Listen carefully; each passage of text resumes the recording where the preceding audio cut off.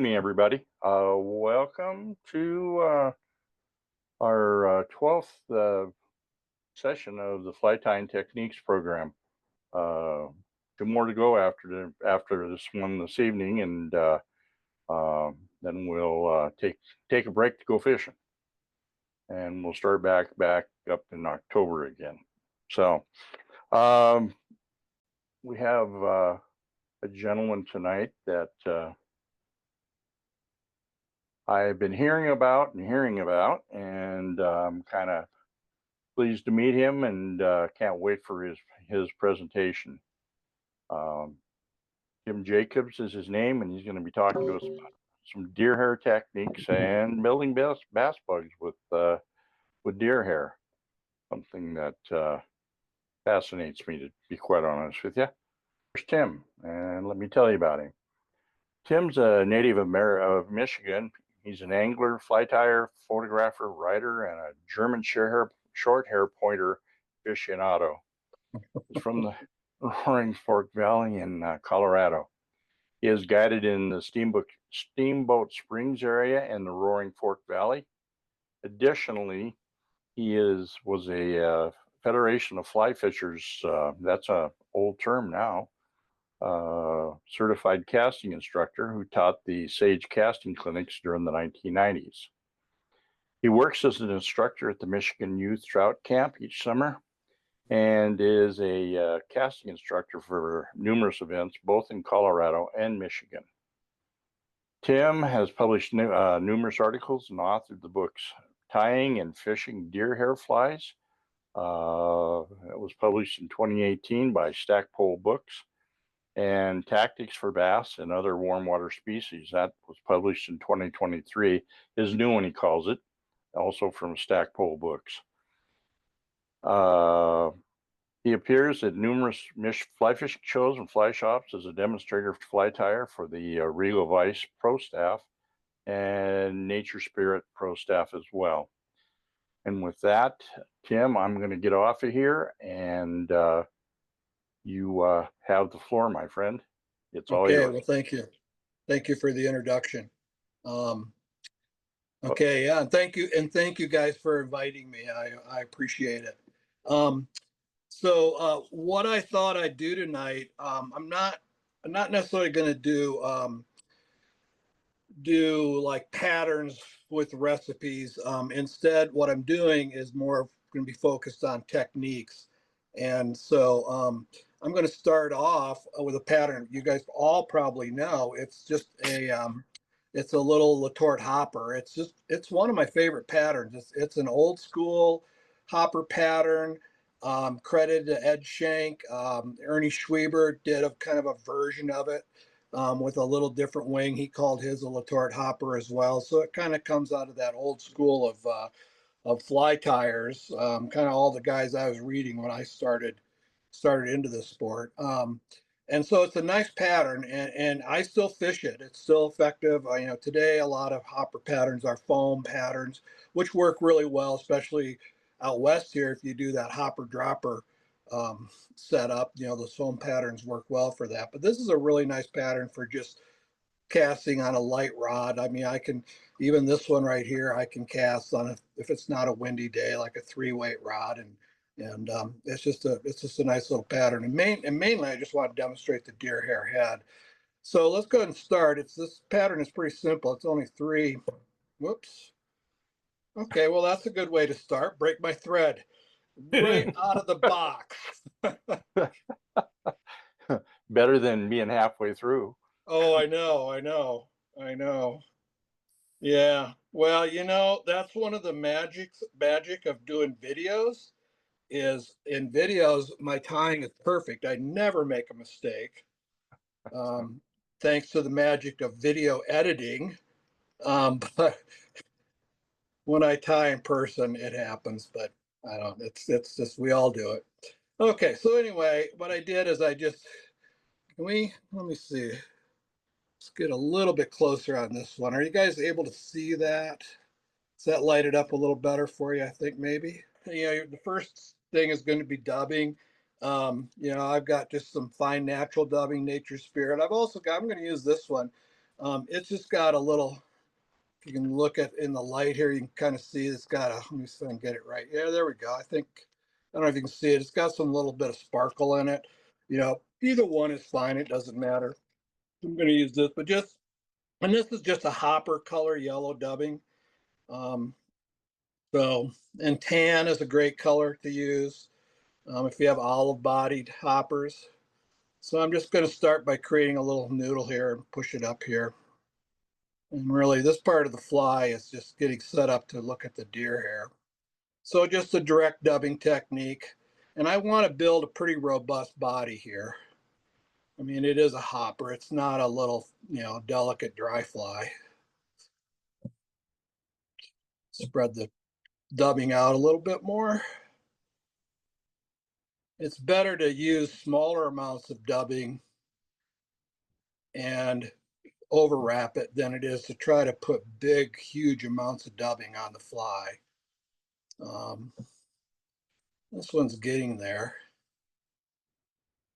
I don't know if you can see it, but every time I come around, then I come and I tighten it, and you can see that body tighten up on it.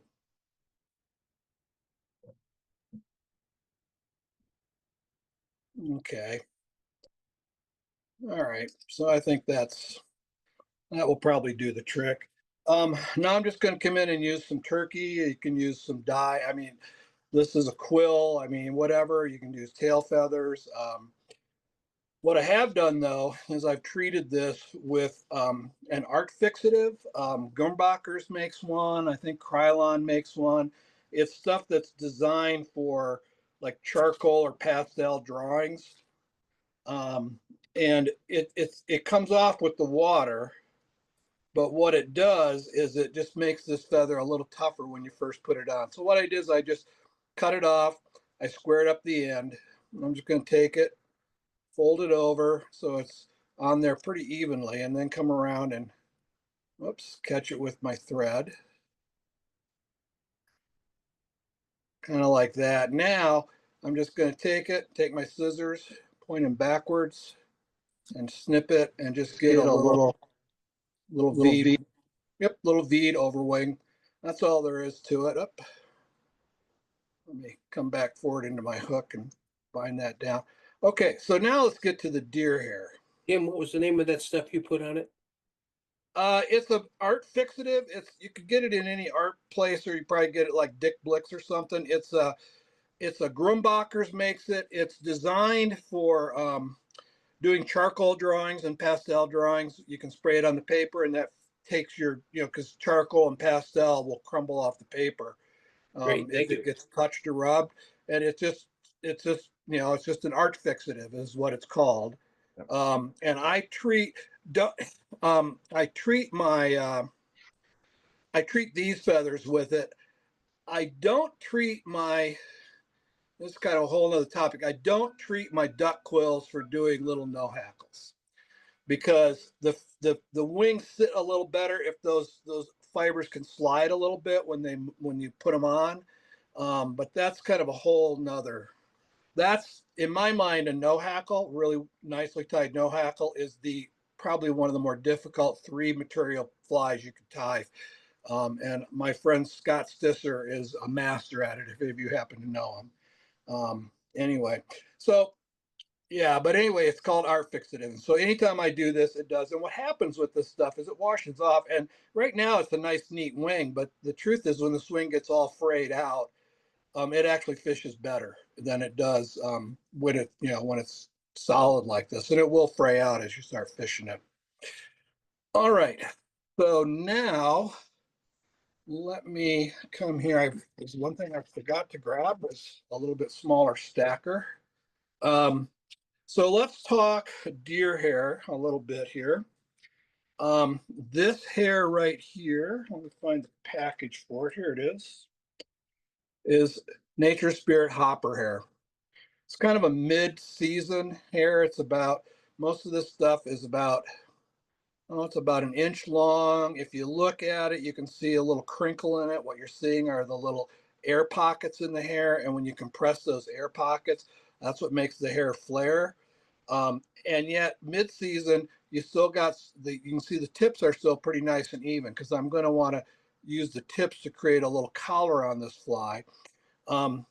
When you look for hair, you can't, most of the time, you're labeling hair. It's early season hair is like your comparadun hair, all your little hair wings, um, like little ones. It's about this long, and it will flare, but it's got really nice even tips. Okay, so that's oftentimes described as comparadun hair. Then you jump up to more mid-season stuff that's a little bit longer for this type of stuff. And then the stuff I'm going to be using later is more late season hair. It tends to be longer. It flares really well. But what happens as deer hair grows, the tips get a little more straggly and they don't make quite as nice a collars. So that's why you kind of want to grab this hair, this little bit earlier season hair. Although I want to show you something here. This piece of hair, you will notice, is labeled deer spinning hair. But if you look at it, it is actually shorter. It's kind of a light olive. And it's actually shorter than what they labeled hopper hair. I'm surprised. Normally they're very good, but I pulled this one out of my bass bug, and I pulled it out because it's going to be a really nice hopper hair. So don't always go just by the packaging. Okay, go, take a look at it and figure out, what it looks like and what your purpose is with it. I saw some stuff pop up. Do I have any questions? I was trying to read them as I was going. Is there any questions yet? Are we good? Everybody good? Okay. Mike and I were just having a discussion about the fixative. Oh, okay. If there's any more questions I can answer about it, actually I need a little bigger stacker here. This bunch is a little bigger than I thought it was. I'm going to this. This is an old Elgin. It's an old brass one. When I get the deer hair stuff, there's the deer hair stacker for the bass bugs. This one we'll just even it up here. Okay, so now this is where, when you get to the deer hair, this is where, so a couple things about it. One, the thread. There was a time when I thought, well, tie the bodies and switch over to gel spun threads. I'm going to talk about gel spun a little later. They're a lot stronger. I decided to not switch the thread just because it's such a small fly. And if I just had a little more delicate touch with it, it would work. Okay. And so I've got my hair here. I've trimmed the butts. And so what I'm going to do is I'm going to measure the collar. I want that collar to come maybe about halfway or so back, somewhere back there. And then what I'm going to do is I'm going to take it. I'm just going to push it down around the hook shank and hold on to those tips. Then I'm going to come and I'm going to get just a couple wraps and I'm going to just work it a little bit. And what I did, it may have been hard to see, but what I did, once I gathered all the hair together with the thread wraps, I just moved it a little bit. I could feel it kind of sink down around the hook shank, holding it in place. Now I'm going to pull on it gently. I don't want to break the thread. Come through like that. There we go. I can feel that thread. I'm not advancing through the thread this way. All my wraps are staying right there. I'm just kind of feeling that hair, and let's go ahead and slip some of that longer stuff out of there. And now I'm going to push this back. So that whole idea of having to spin hair around the hook shank, you don't need to do that.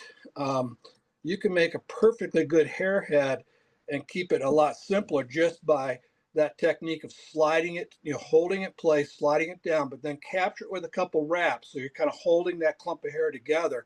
Then while you're holding it, before you flare it, just kind of, push it down and you'll feel it kind of slide down a little bit, pull it, and it will be all the way around the hook shank. Okay. So that's one technique. That's one quick technique for creating a nice hair collar on a small trout fly. I'm sorry, I heard someone ask something. Hey, Tim, that's Rick. Patrick asked if you could possibly zoom in a little more. He's having a tough time seeing what you're doing. Oh, there we go. Is that still in focus? Good. Oh yeah, looks good. Okay, then we'll just do that. I have a hard time. Well, I don't know. Let me see. See, we were doing it before. I put my fingers on the screen and remember we could pinch it. It was zooming, but for some reason now that we're into the feed, it doesn't, I don't know why it doesn't seem to want to work.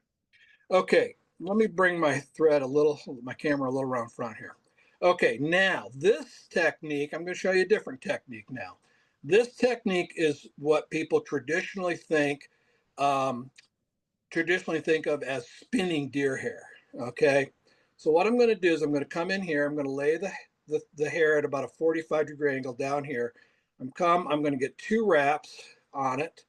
Now, as I start to flare, I'm going to let it go and let it rotate around the hook shank. Okay, there it goes. It wrapped once, twice. That one didn't go around. It only went around about once or twice. That's good. Most of the time, what you should see happen is you should see the hair rotate around probably not more than 2 times. And the technique, the trick to it, if you will, is as you come around, your thread tension needs to remain consistent all the way around. You know, you don't want to pull down real hard down here and then like when you come up, kind of let off the tension and do it, you know. The trick to making the hair spin around is maintaining that tension all the way around the hook shank. And then what will happen is the hair will begin to distribute around the hook shank. And when the hair comes even, so that there's an even amount of hair all the way around, it should come to a stop. I mean, once in a great while, I've had these weird things happen where the hair just keeps wanting to spin and wanting to spin. And that occasionally happens. I don't have a good explanation for why it happens, but it doesn't happen to me very often. And as long as I'm just very conscious about keeping tension all the way around, I can get a nice even distribution of the hair. So let's pull that back and we'll come in here and we'll create a little head here. Grab my whip finisher. Actually, let's do this instead. Let me do a couple half hitches and get that hair pulled back.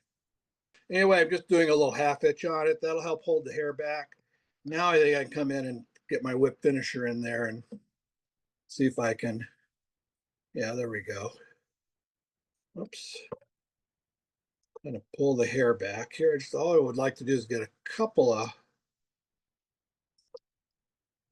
whip finishes. There we are. Let me catch it. There we go. There we are. Yeah. Now I'm just going to use my fingernails and kind of push that thread back around the hook eye. All right. So now this one is just going to be a simple scissor trim. That's all it's going to be. And I'm just going to come around it with my scissors and trim that head out. I mean, if you wanted to use a razor blade and make it real perfect, you can, but I never do on these patterns. I just scissor trim them and they certainly look good enough to fish. And then I'm going to come in the front here, trim out the front. Let me get my bottom. My bottom's still a little tall.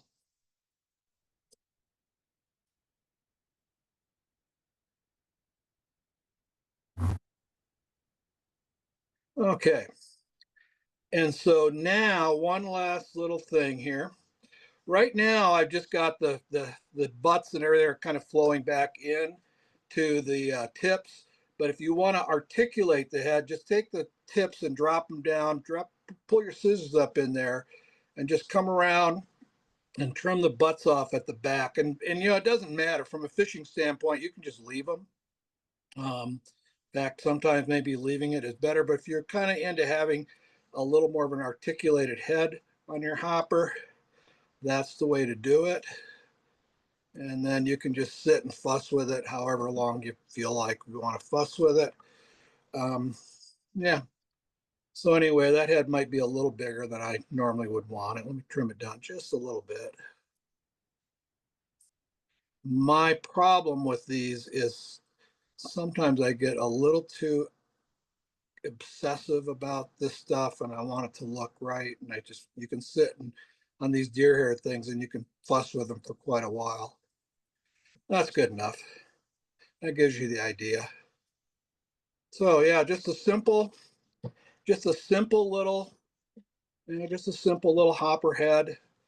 And the same thing would apply for muddler minnows, or anything where you're doing little, just little spun deer hair heads on the front. I've even tied little tiny caddis patterns that have little spun heads on the front, that kind of thing.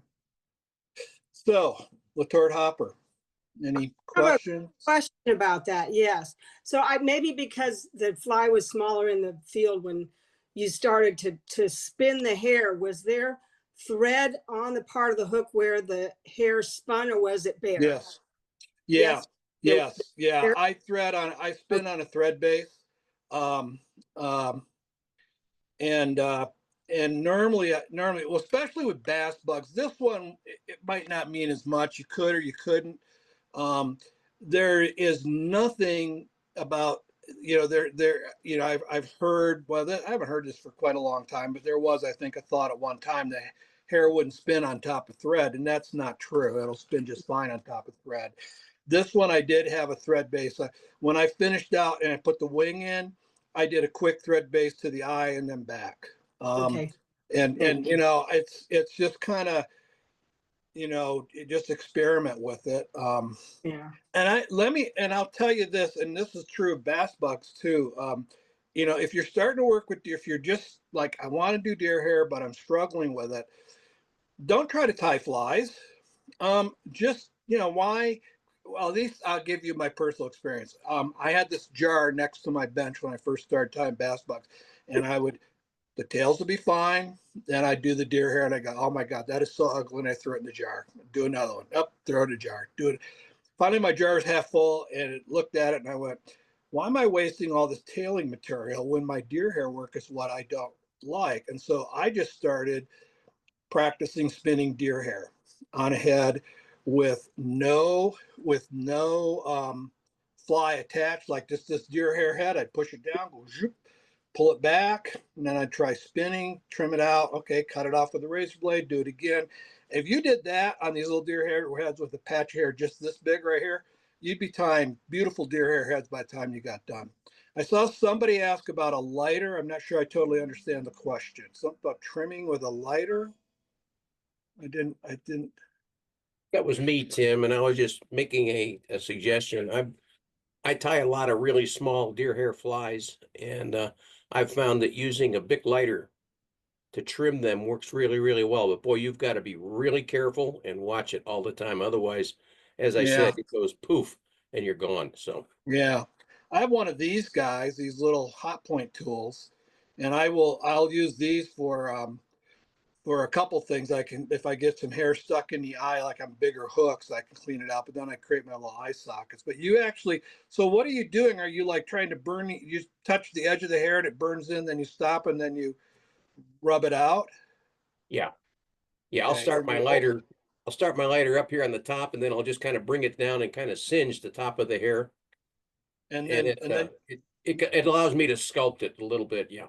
then you just brush the ash And just out. brush off the ash. Yeah, boy, I'll tell you what, you get it too close and too hot, and it's skill. I started bass flies on fire with that hot point tool. Okay, I saw somebody. Boy, you're right in my ballpark here, because the starting of that question was in the olden days, and I'm kind of an olden days guy. What was the rest of it? I didn't quite see the whole question. In the olden days, tying instructors taught singeing deer hair. It was in the little pamphlet you got with your tying kit. Using really? a lighter to singe it to make muddler minnows. I'll be darned. I've never Eric seen that. Lesser, way back in the 70s. Wow. That's where I learned it from Don Peterbaugh back in the 70s on the Arkansas River. Yeah, I have Peterbaugh's book over here. He was one of the sort of the well-known tying instructors here in Colorado when I first arrived. I did meet him a couple times, I think, at some various events, but I worked with him way back in the 70s. Yeah, well, I wasn't quite here in the 70s, but I got here like the 80s was my decade. Yeah, well, his books are good books. Okay, anything else about the small stuff, little hopper heads, little things like that? Any comments, questions? I really like that 45-degree technique. And so you just pinched it and wrapped it around a couple times, and then it started to spin really beautifully. Yeah, well, the two of them. The one is so simple because so many Mitch, I'm used that fly. I used it's a UTC 140. This is a hopper yellow. And it's a 140, which is basically like a 3/0. But I will tell you, you got to have kind of a delicate touch on it. Back to that technique. That first technique is the one I really. That's the one because trying to make hair spin around the hook shank. That's the thing that seemed it takes some practice. I didn't start doing it right away. I had to work on it and practice it quite a bit. I could have taken, by the way, I could have taken that second bunch. I spun that hair as a demonstration of a different technique, but I could have taken it, pulled the hair back, taken that bunch and slid it over the top of the front of that shank, done the same thing, done about 2 wraps and kind of settled it in there and then just flared it in place. I would not have had to spin it. As long as the thing is you do like 2 wraps and then that gathers the hair together and then you just kind of pull that and flare it. Okay. I saw something about arthritic knees.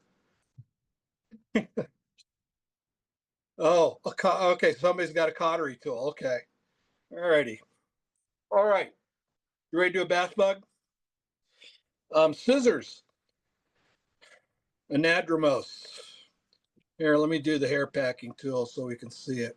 Oh, and by the way, this was true for the Healing Waters guys, and it'd be true for you guys. If you're interested, one of the things I'll do a quick little pitch. I mean, I'm not here to sell you stuff, but I'll do a quick little pitch on this.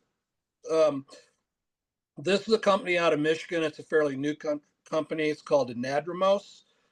I don't know if you guys can see that or not, but that's yeah. And this is their razor scissor, which I really like for the deer hair work. I have an old pair here. I just pulled these out because they're purple and they match my vise.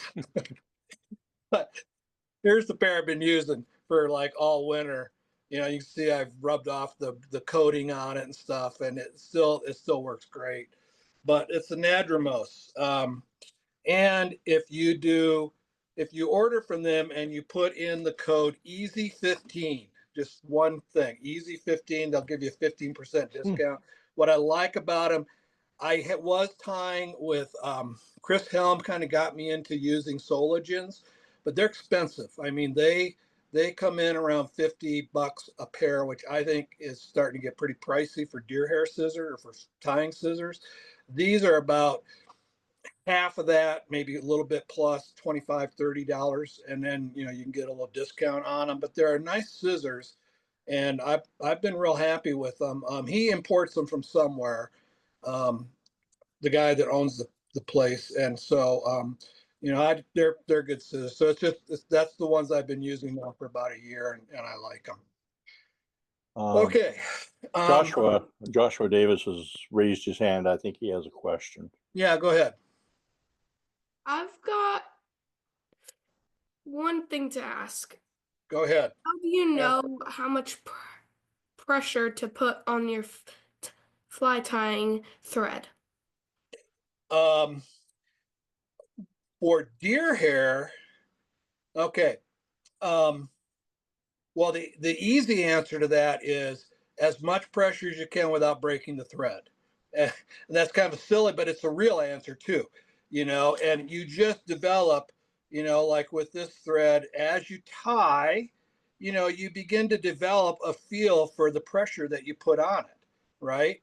So with the tying, these kind of threads that I'm using, I try to put about as much pressure as I can, on the wraps. The other thing I try to do is in any one circumstance, I try to use as few of thread wraps as I possibly can. I try to figure out, okay, what are the number of thread wraps I need to do to do this job, and then I try to do that number of thread wraps. With the deer hair, we're going to get started with the deer hair, and that's a good question to start with on the deer hair, because I'll talk about that a little bit as well. So first thing I'm going to do, I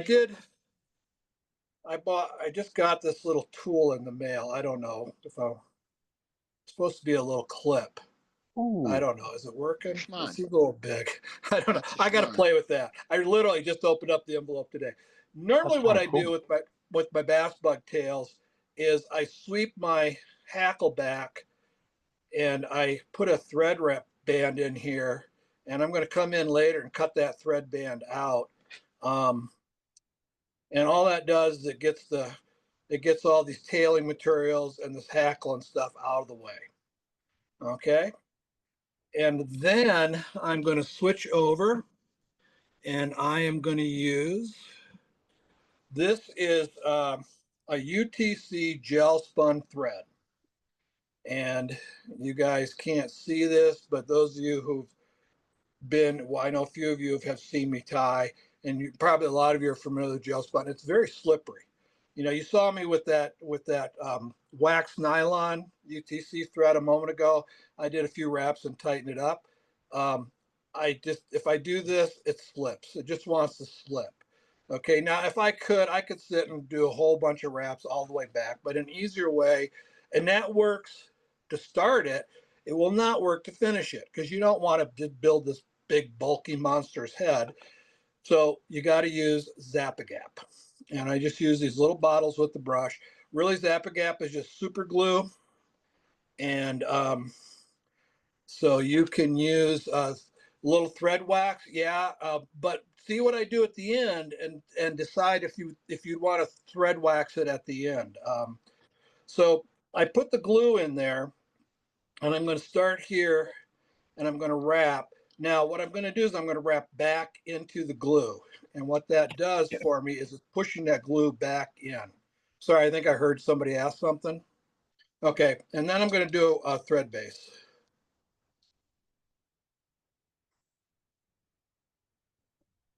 And this is just my standard tail. We can do a tail later if you want. Okay, but I thought I kind of would focus more on the deer hair stuff tonight. So let me pull my hair out here. All right. So let's talk spinning hair a little bit. This piece here is belly hair. Belly hair, whitetail belly. It's white. If you want really vibrant colors, you have to use belly hair. The challenge with belly hair is getting one that's gotten fairly long hair on it. Sometimes it's hard to find. I mean, a good piece of belly hair with hair that's a couple inches long is really a great piece for doing these bass bugs. And this isn't too bad a piece right here. But I want to really have a nice bright white belly. With flank hair, you can bleach it, and it's a great color. It's kind of a, I don't know, cream, off-white cream color, which really matches baitfish colors really nice. It's a really nice color, but if I want colors that are going to really pop, I'm going to use belly hair. The rest of it is flank hair, but it's because it's dyed. Red is kind of irrelevant. Red's one of those colors where you can either use flank hair or belly hair. The dyes seem to do a really good job, but keep in mind that on flank hair, the underlying color is gray. And so when you talk about your lighter colors like yellow, it's a more of a muted, like hopper type yellow rather than a real vibrant, bright yellow. Same with chartreuse. Chartreuse is, I saw something about Sharpie on a hook shank. I'll come back and answer that in a minute. Chartreuse is another one. Any of your really bright, more transparent colors, yellow, chartreuse come to mind. Flank hair, the color is going to be more muted. Belly hair, it's going to be brighter and more of a vibrant color. Black is one that it makes no difference. It looks just the same, whether it's belly or flank. This is a piece of flank. Anytime you see hair that's got a tanned hide, that's flank hair. Belly hair has got this real stiff, you know, they I don't know, they just process it a little differently. The other color I'm using is this nice light gray. That of course can be easily belly hair because the underlying color is gray, and this is just kind of a nice sort of light dun color. And those are the colors that I'm going to use. Okay, I saw something about a Sharpie. It was Lance Akaba says use a Sharpie on the hook shank or the GSP thread itself to get a good grip. Not sure why it works, but it works. Oh, does it? Okay. I've never tried that. I've only I've only done the GSP thing. I learned that from Chris Helm years ago when I had an opportunity. I was in Grand Junction at a show, and he was there, and he came up, and I was tying, and he was really great and showed me some stuff and got me started using gel spun. At the time, he said use the Zap-A-Gap, and I've just always used the Zap-A-Gap ever since. Wait until you see how I finish out, because I do kind of think that when I finish this out, you'll see why I use the Zap-A-Gap. Somebody asked what I'm tying. I'm going to tie a Dahlberg diver style fly. One of the things about bass bugs, you know, like the last fly we tied, Latort Hopper. It's got a clear name. It's pretty, if you know much of anything about fly tying, been around it very long. You say Latort Hopper, everybody pretty much knows more or less probably what you're talking about, you know, and that's true of a lot of trout flies, you know, like Quill Gordons, and, you know, we have all these traditional names. Bass bugs aren't like that. Bass bugs are just this kind of wild, creative field of tying that people, you know, just do lots of different things in any two patterns. You know, I don't even attempt to name a pattern because oftentimes I tweak it around and it might have from one to the next, I can do a little different deer hair pattern on it. Basically though, if you think about deer hair bass bugs, there's really three you more think about what's the action the fly is going to have. Color is to some degree kind of irrelevant, I think, in bass fishing. I'm not going to say it doesn't play a part. Bass do see color, but for the most part, I think bass are striking flies because of their action and especially in still water, because of their action and motion in the surface of the water. And I think most of the time, what they're taking them for are bait fish. I know we do like, oh, let's have a frog, and we throw a frog around lily pads and things like that. But I can tell you right now, there's no frogs. Dahlberg, D-A-L, no, that's not quite right. D-A-L-B-E-R-G. Try that. There, I've been on this lake my whole summer. There you go. That's right. D-A-H-L-B-E-R-G. Thank you. Frogs don't jump off lily pads and take off swimming across the lake. You know, they just don't do it. You know, when my cousins and I were like sadistic little 10-year-olds, we'd occasionally catch a frog and chuck him out in the lake, see if he could make it back to shore. Sometimes he did, sometimes he didn't. But you know, they're not out there. Most of what bass are hitting in the surface, I think they are, I don't know, they're not thinking, but I think bait fish is what's triggering them. I'm struggling bait fish on the surface, whether it's a popper, diver, whatever. And if any of you have ever fished warm water places that have bluegill, panfish, and bass, and you've hooked a bluegill and you just get them up on the surface, let them skitter a little bit in the surface, you know what happens if you let them do it long enough. Pretty soon a bass will come up and chomp them.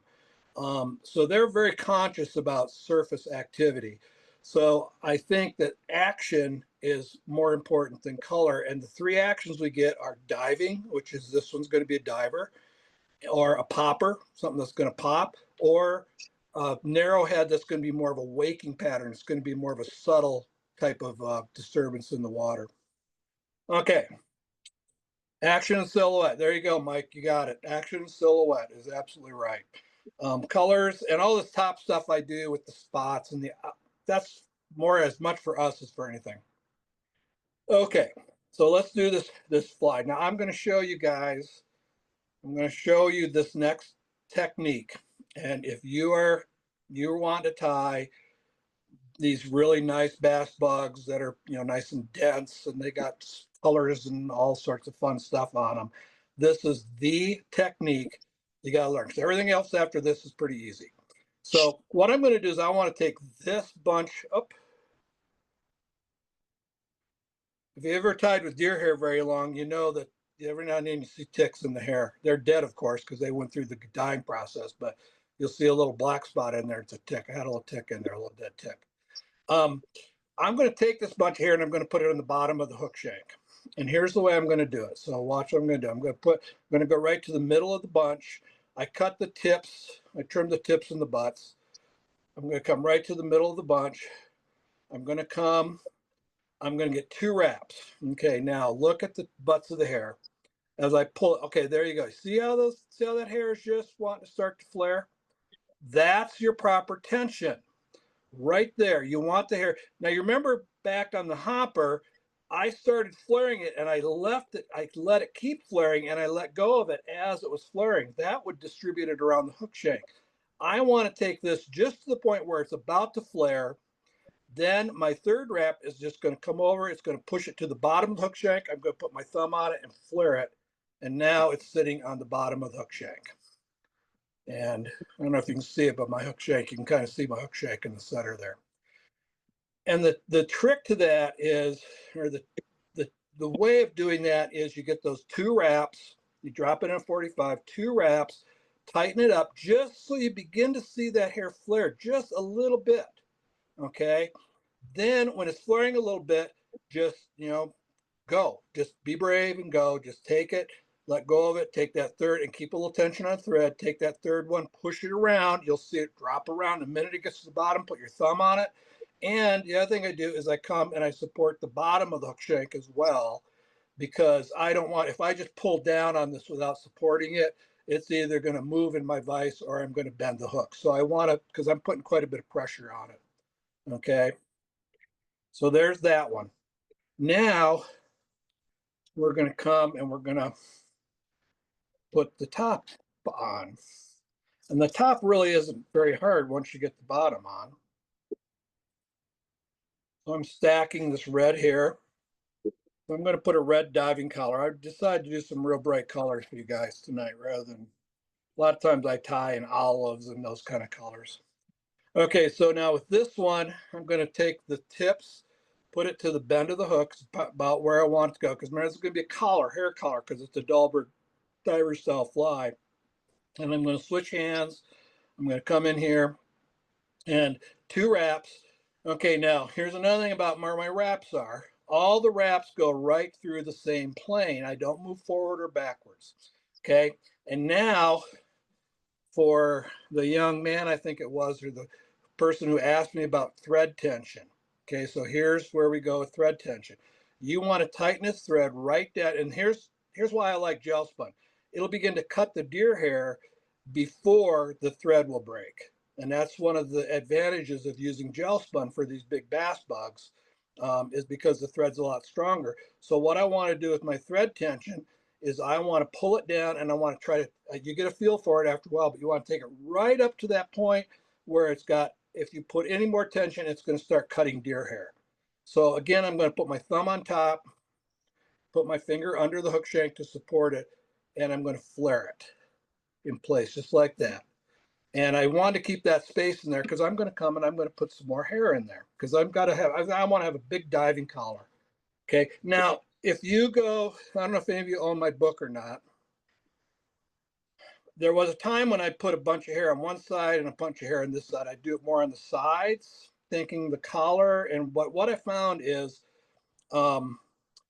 if you do that and you do it correctly, you got to be very precise. You have to have exactly the same amount of hair in exactly the same position, sort of at a 45 on each side.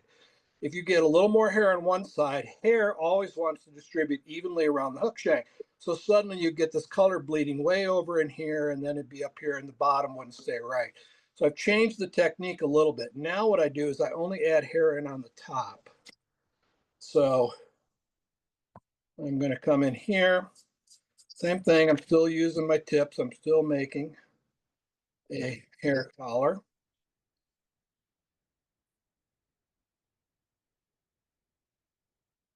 So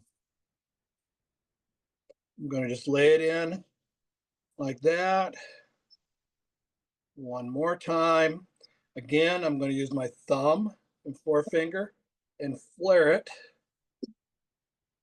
And I really want a nice robust collar. So I'm actually going to put a third clump, not as big as I've been doing, but a third clump. And then I'll show you the technique for the last bunch of hair in a stack. Okay.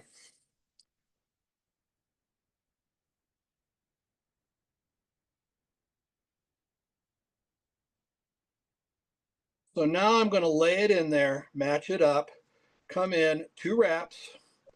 By the way, every single bunch has had just 2 wraps, except for the first bunch. The first bunch had 2 to get it to the bottom with a third that came around it. So that's 3, 4, 5, 6, 7, 8, 9. This is my 9th wrap of thread around this stack.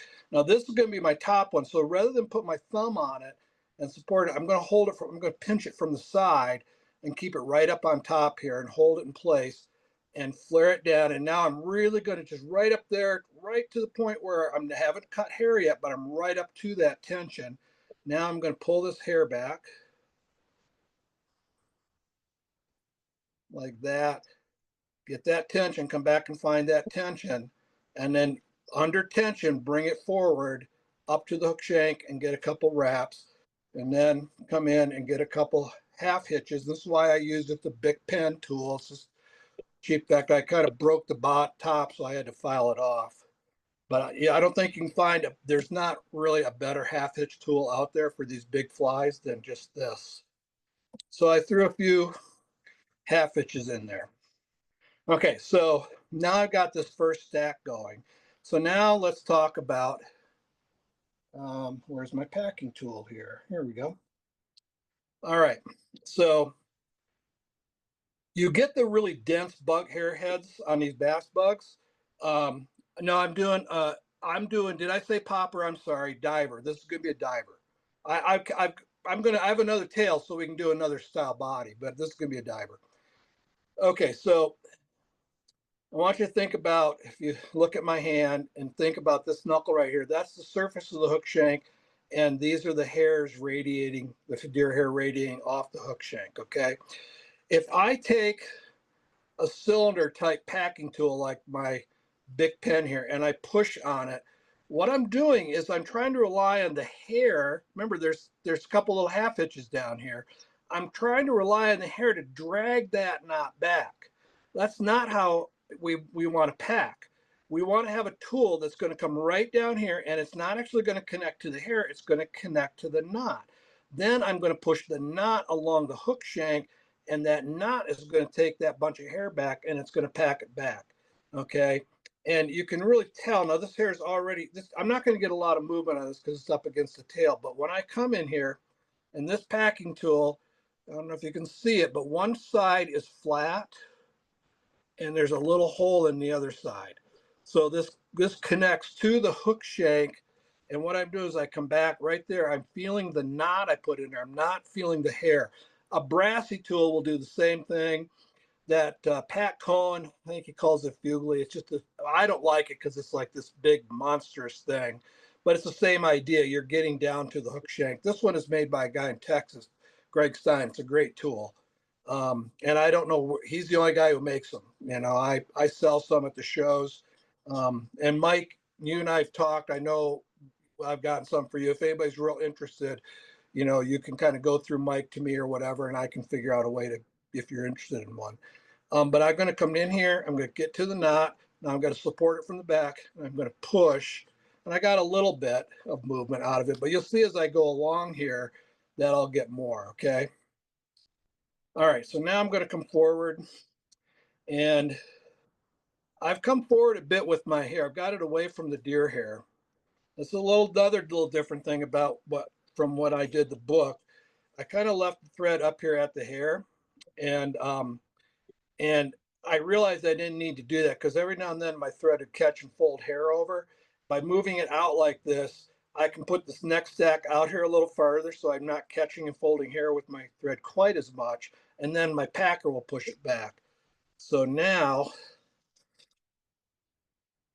I'm gonna Let's see if I can get some good piece of hair here. There we go. The other thing about hair is you want to comb out the under fur. See, that's kind of, there's hair in there, but there's also a fine under fur. I don't know if you can see that in the camera, but you want to get that out of there because this is a floating bug. So I'm going to take this one, same thing as before, 2 wraps, right to that tension, roll it to the bottom, put your thumb on it, flare it. Okay, and you just get a feel for that correct tension on it. Then I'm going to come and get some more of this white.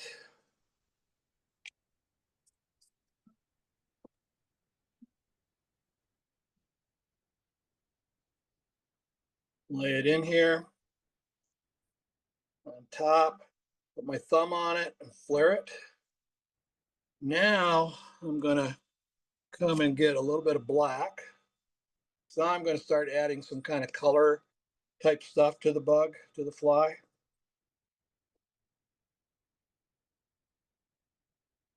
So get it right here in the middle, lay it right in there, 2 wraps. Remember, keeping it in the same plane, my thumb on it, underneath it, flare it.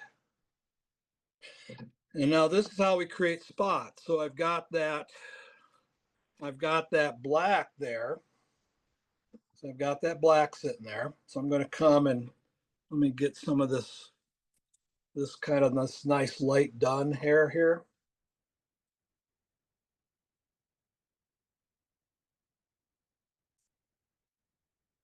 And I'm going to try to center right in that black, lay it in there, come around, get my 2 wraps. Now so I'm going to do the pinch technique. I'm going to hold that gray right on top, flare it right on top. And that's going to be a nice little spot up there for me. And now, again, pull back, get my tension, come up through, get a wrap on the hook shank, put a couple of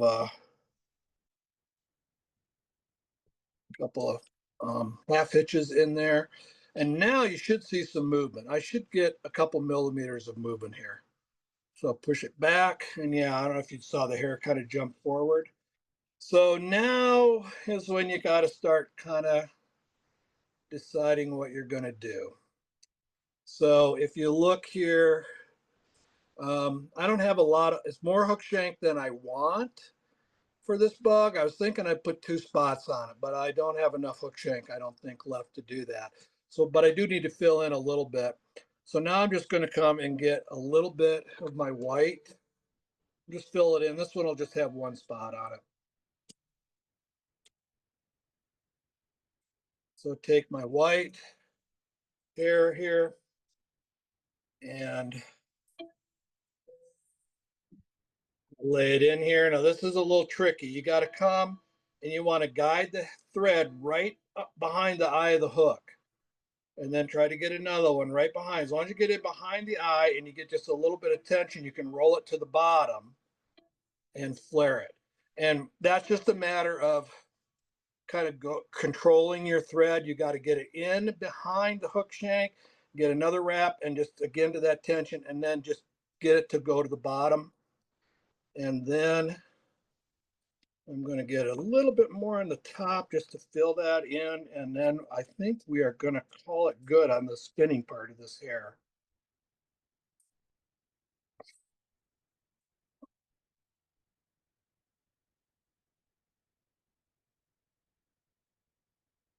Okay, so I just flared that right on top, push it back. Again, I'm going to pull back here, get my tension, come in and get that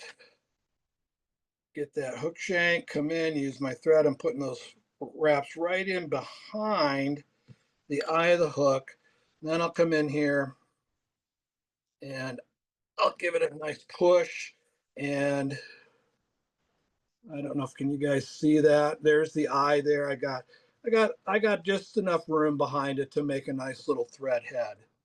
Okay, now for those of you who are talking about wax and different things and adhering the hook shank, this is the point where I think, I don't really know. I mean, the gels, I wouldn't want to trust much of anything other than using the Zap-A-Gap. But here's the thing about it. Don't put Zap-A-Gap in here on the hair. You just add a little to your thread. And then you're just going to pull the hair back and just come in here and get that glued thread and wrap it in behind the hook eye. Throw a couple half hitches on it over top of it. And now that glued thread is underneath there. And I've never really had one of these come out, although at the end I am going to come back and put a nylon, wax nylon colored head on this when I finish it. Okay. So,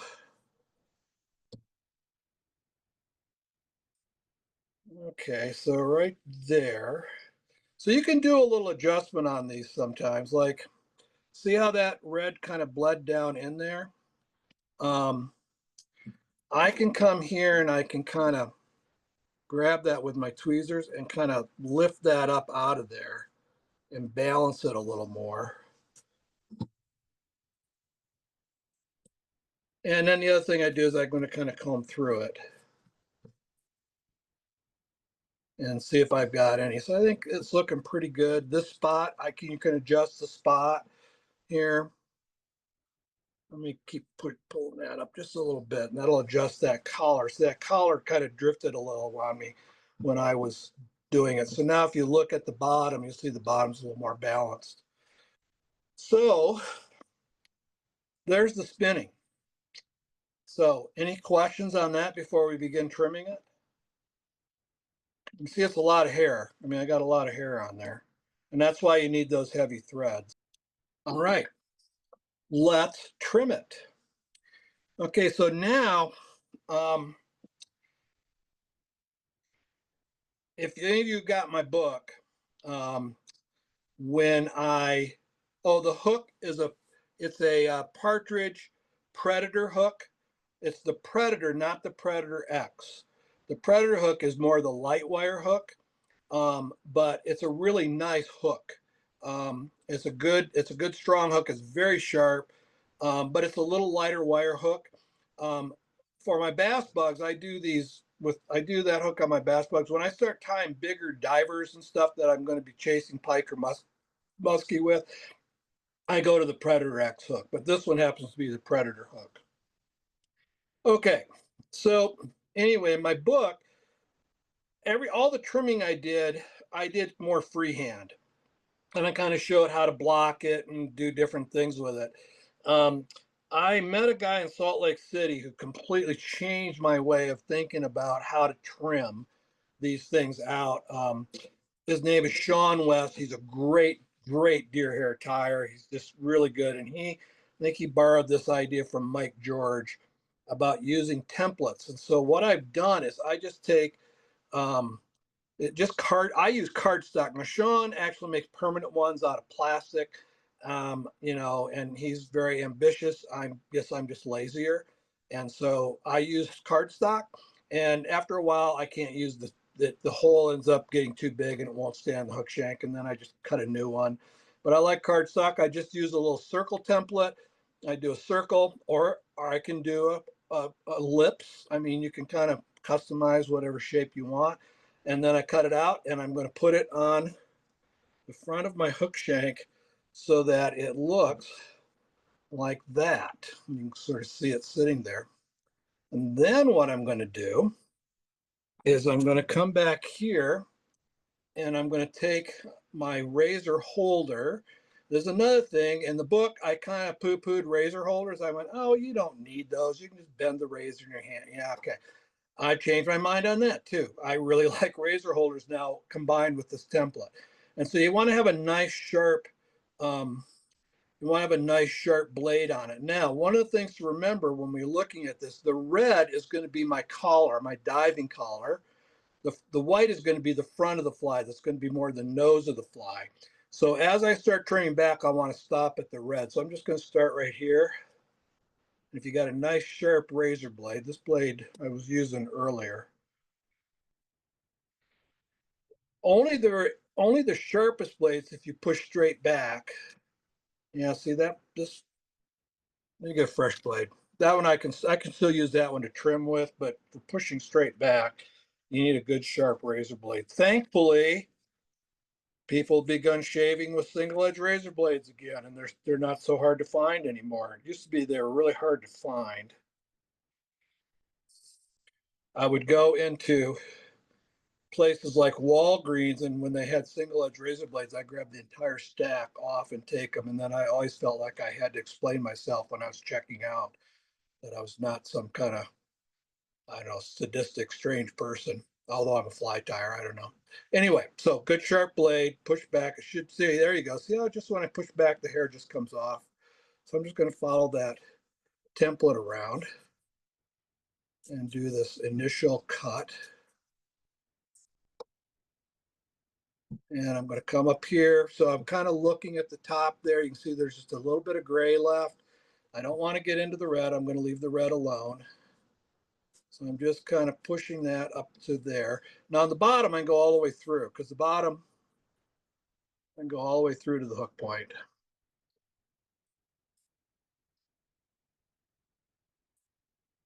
Now you're starting to see that spot, that black spot come out. Stone Foe. Yeah, this is Stone Foe razor blade holder. Adromos makes one. It's too light a wire though. I actually talked to him in Michigan, said you guys need to redesign this because the wire that holds the razor blade is too light. And when you begin to put pressure on it, the wire flexes. And so I think this is the best one out there. Okay. So what that did for me fairly quickly is it gave me a nice little circle like that. Okay.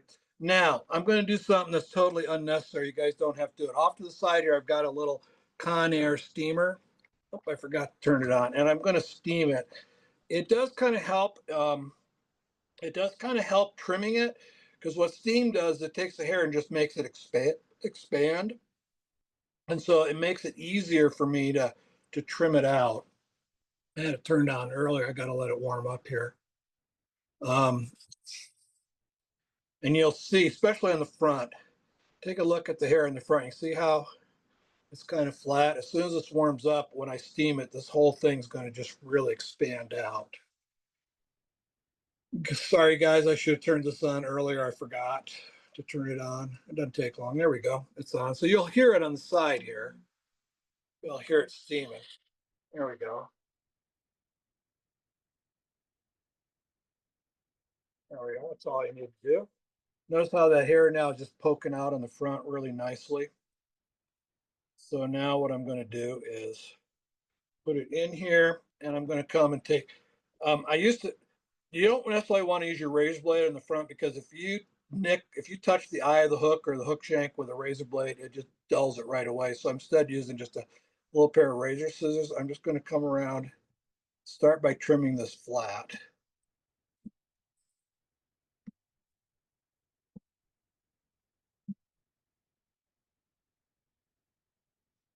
Okay. So now I'm going to start freehanding it a little more. So as I start to look at it, one of the things I'm doing is I keep in mind the bend at the hook and the eye, and I want to make sure I stay symmetrical. So I'm going to start off here. Well, the first thing I'm going to do is let's do the bottom. Because I need to open up, I want to catch fish on it, so I need to open up the hook shank. Now, here's a Dalbert diver is probably the most challenging of all the deer hair flies to tie properly and get it to land upright in the water because you got this big hair collar on top, and when it starts to pick up water, it begins to outweigh the bend of the hook. I know I've seen guys online, talk to guys online. One of their solutions to that is they will sort of keel this hook with a little bit of weight. They'll wrap a little lead wire, put a little zap on the thread or whatever. They'll put some lead on the. It's okay. I would prefer not to do that. And so what you have to do is you have to make sure you leave hair underneath the hook shank. And then when you treat this, you treat the top of the fly, you leave the bottom of the fly alone, and it will soak up water. And if you've left enough hair there, the weight of that plus the bend of the hook will make it land upright. Of course, if you leave too much hair, then your hook point isn't very open. So you're kind of treading this line of leaving hair, but taking hair away so it will hook fish. So what I do is I'm going to come here and I'm going to curve this back towards the hook.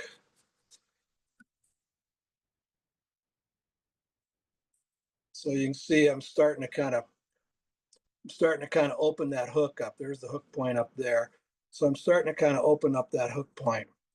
Then what I'm going to do is I'm going to come up here and I'm going to do a little angle cut on each side here to start creating my little diving nose. Come up like that. And as I do these side ones, I kind of try to stay conscious of the balance back and forth, keeping it symmetrical from side to side.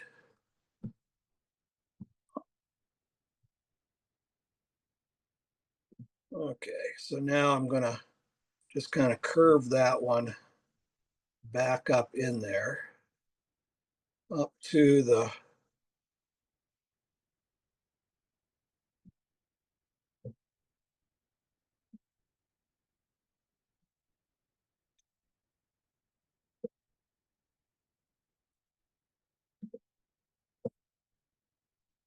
and now I'm just kind of curving the nose of this fly around. So I've got these little corners.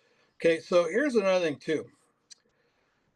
When I don't push straight back, I draw the blade at kind of a 45, so I'm cutting with it. That'll make the blade last, or you can use the blade a lot longer that way. Only going straight into the hair, it's only the very sharpest blades that will do that. The other thing I've done is, I don't know if you can see this, but there's like these little corners here. When I did that, I kind of boxed it a little bit and created these little corners. And so what I'm doing is I'm just kind of drawing my blade in kind of a curved way and kind of rounding that out. These blades are very sharp. Let me get a fresh one here so it's working really well.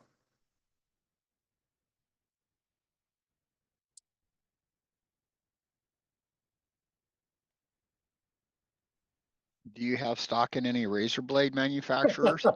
I should, shouldn't I? You know what? Amazon has been my salvation on razor blades because you can get them pretty cheap. In fact, the last group I got I think like 300 blades for $30, which is a lot, which is pretty good. And you know, you do go. That's part of the cost of doing these. If you want to do them as razor blades. See, but anymore now they you know, like I think one set of blades are Japanese blades and the other one were German blades that that I found on Amazon, and they're nice and sharp. I use feather for both shaving and for sculpting. What do you use? Feather, Feather blades. Okay, I think they come from England. okay.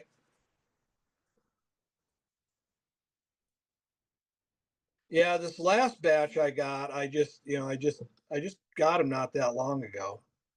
Okay, so I think my nose is starting to get there. It's probably, I can sit and pick at it a little more, but you can kind of see it's sort of getting there. So now what I'm going to do is I have a pair of curved scissors here. So I'm going to come back, I'm going to look, so you can see there's the hair around for my diving collar. So the only thing I would caution you on this is start by leaving it pretty long. And I'm just coming around it like that.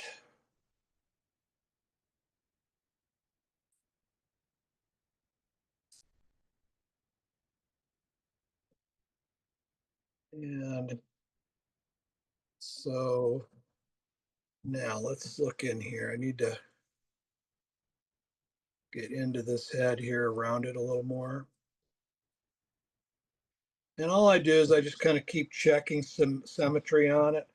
I don't know if you can see it, but this side, that side right there, or no, this side over here, sorry. This side over here is a little high, a little higher, so I need to take some off. So right there's a little high spot. And if you look, see the hair on my razor? I mean, it's almost like I'm sanding this fly more than cutting it.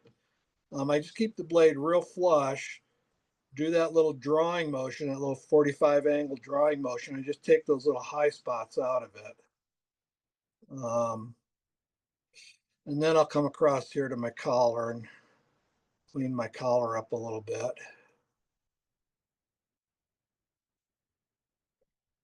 Okay. And let's clean the bottom up a little bit here. And you know, this is the point where I could sit and fuss with it for a long time, depending on how perfect I wanted to make it.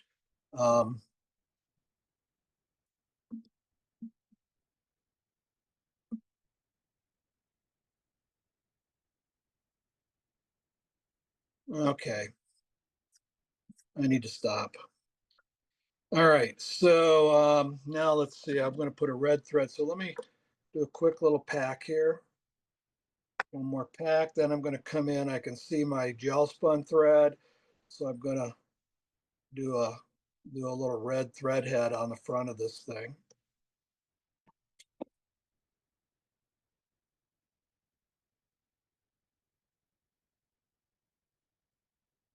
Okay, and find my whip finisher here.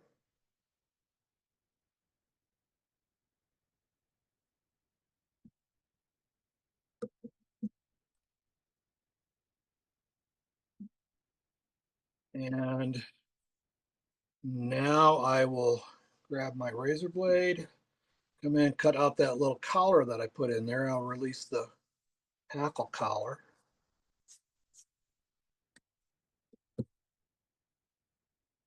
And then the steam will really make that hackle collar kind of stand up nice. It'll expand the hair back out.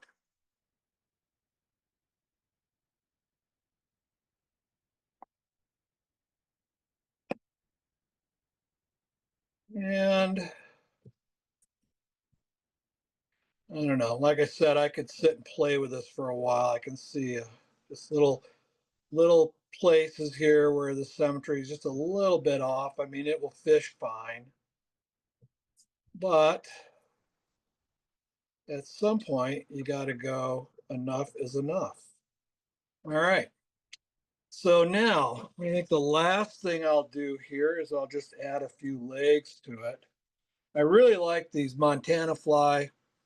They're called sexy floss legs. They're really tough. That's the thing I like about them. Because they're not at all delicate.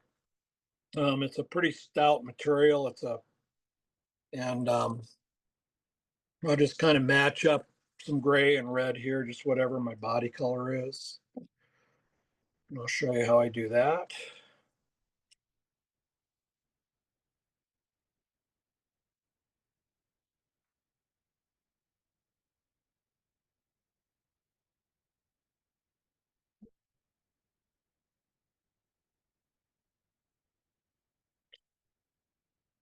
So however many legs you put on is how many you put on. I'm going to put 4 on, but 3, you know, there's no magic to exactly how many you want to put on. I used to put a bunch of them on, and then I have backed off in recent years to not get quite so carried away. So I'm going to just take these legs, do a quick trim, even them up. Going to come over here and just get a little darning needle. I'm going to thread my legs through that. Again, in the book, if you look, I tied the legs around the hook shank, and then I tied the hair around that, and I trimmed around it, and I did all that. But especially since I've been using templates, I've gone to the threading technique. I did show the thread. I do have a sidebar article on threading and gluing legs in place, and you know they stay pretty tough. So what I'm using here is, this is just the goop. You can get it, you know, you can get it in, you know, the grocery store, hardware store, wherever. This is an Old Days Flexament bottle. I think Dave's Flex Cement was essentially goop if it wasn't actually goop. And it's thinned out with toluene. And so this bottle I keep about as thin as water. I kind of try to keep it nice and thin. And come in here. Whoops.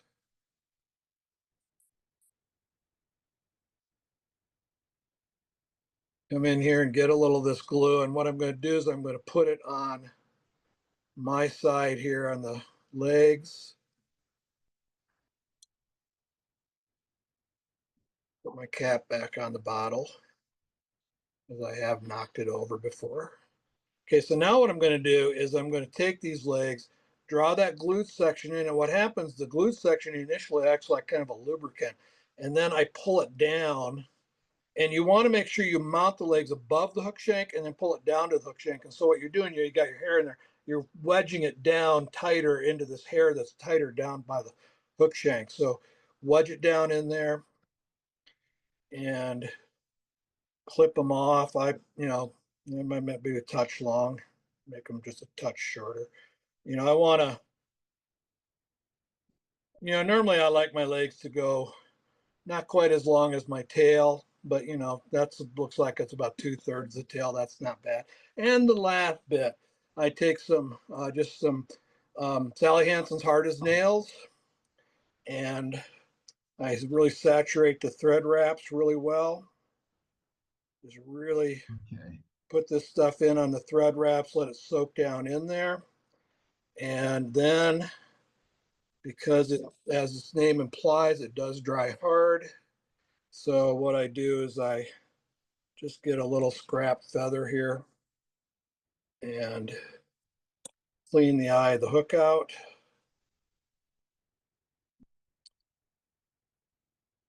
Oops. It's probably all gone with that one pull, but I'll do one from the top too. I can get it in there. There we go. Nope. All right, one more time. There we go. All right. So there you have it. A little diver with a little spot on it. So that's kind of, we kind of ran the gamut of hair techniques, from doing a little collar, spinning hair, and then the stacking and packing technique. And with those techniques, you can pretty much, any fly you see out there, you can pretty much duplicate it, or at least come pretty close to it with that. All right. How are we doing for time here? Tim, as much as I'd like to see you tie the other one, we're starting to push it right now. Yeah, I had a feeling. See, I'm never, they take a while to tie. I'm never very fast. That gets going anyway. Well, you guys, all this stuff, if you go to YouTube and Google Tim Jacobs fly fishing, you can find my channel. All the stuff I did is there. The last pattern I did was a Tim England style diving head. And so all that stuff is there. My email address is just tim@timjacobsflyfishing.com. If you just Google Tim Jacobs Fly Fishing, you can find a lot of stuff. But seriously, if you have questions about anything, you're always welcome to email me. And I'm happy to either put a little video together, respond to you on email, or whatever. Anyway, so there you have it. Sounds good, Tim.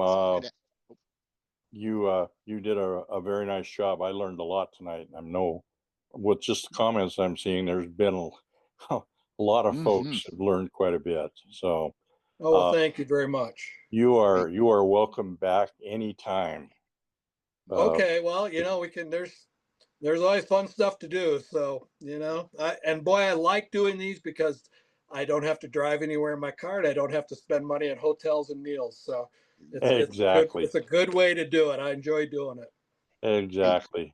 Hey Tim, Okay. this is Bill.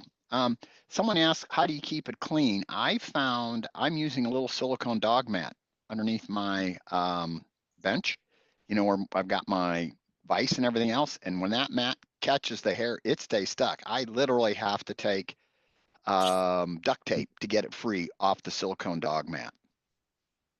I'll send you the link to it. It works pretty good for Okay. holding on to junk. I can tell you if you here, let's just take a quick look here. There's my waste troll. There's hair everywhere here. Yeah. It's like it just becomes this big explosion. Yeah. I joke that you know you could have 40 guys at an expo somewhere tying flies, and after everyone leaves, you could walk around and you know right where I was tying. It's just like, you know, The nature of the especially beast. when I get going on more than you know, that's one of the things I do is when I tie myself, I always step tie everything just because, especially with these bass bugs, you end up getting too many materials. You know, there's so many materials in any one pattern that you're, and I don't have a huge tying, I don't have a big mass tying table, so it just, you know, it gets too cluttery. So, Know the feeling. So yeah.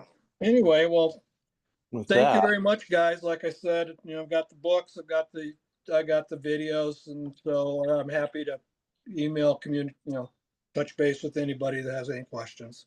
all And that right. was EZE 15, right? For the discount for those Yes, interested. for a 50, just type easy caps 15. If there's an issue with that, let me know and I'll contact Herb and I'll ask him what's up with it. But as I knew of the last show, he was telling me that was still Okay. a valid discount for his stuff.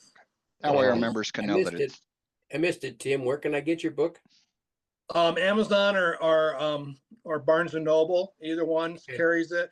There's a lot of shops. I mean, if you just if you Google Tim Jacobs fly fishing, there'll be a ton of stuff that'll pop up, and you'll see, you know, places that have it. I would go to, if it were me, I would go to Amazon, probably because you can probably get it for it retail for the old one, the 2018 retail for $34.95. I think it's selling for around 25 on Amazon.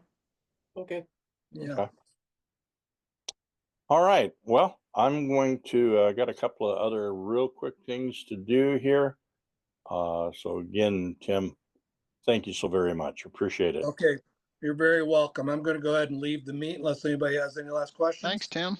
Thank you very much. Okay, thank you guys Appreciate for it. having me. Great ties. All right. Okay, Thank you. later. All right. Bye-bye. All right. The only other thing I have is our next presentation is April 15th. I'm sure we all know what that day is. If you're in the United States, our instructor will be Patty Lucan. She's going to step away from Women's Connect for the evening and come and spend it with us. And she's going to be talking about warm water fly tying techniques. So it's going to probably be a continuation of what Tim did tonight, probably in a different vein, I'm sure. So I'm looking forward to Patty's instructions. She's a very, very dynamic individual. So with that, any further questions or comments? If not, I'm going to shut the recording down and we will call it a night. And I appreciate you all very much for taking your precious time and coming and sitting with us. So thank you all very much. Thank you. Good night.